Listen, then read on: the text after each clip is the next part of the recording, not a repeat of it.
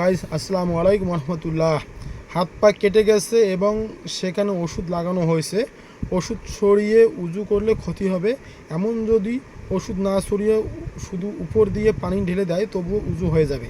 সাগিরি উজু করার সময় হয়তো পায়ের গোড়ালি বা অন্য কোনো স্থানে পানি প্রবেশ করেনি, উজু করার পর সে স্থানে নজর পড়েছে, এখন সে স্থানে কেবল হাতে পানি ডলে দিলে উজু হবে না, পানি ঢেলে দিতে হবে।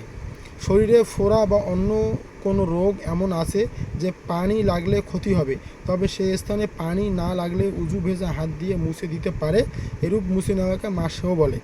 আর যদি কেবল মুছে নিলেও ক্ষতি হয় তবে সেই স্থান ধৌত করা বাদ দিতে পারবে। মারাকি। তো সম্মানিত গাইস, উজুর 3টি গুরুত্বপূর্ণ মাসালা জানলাম।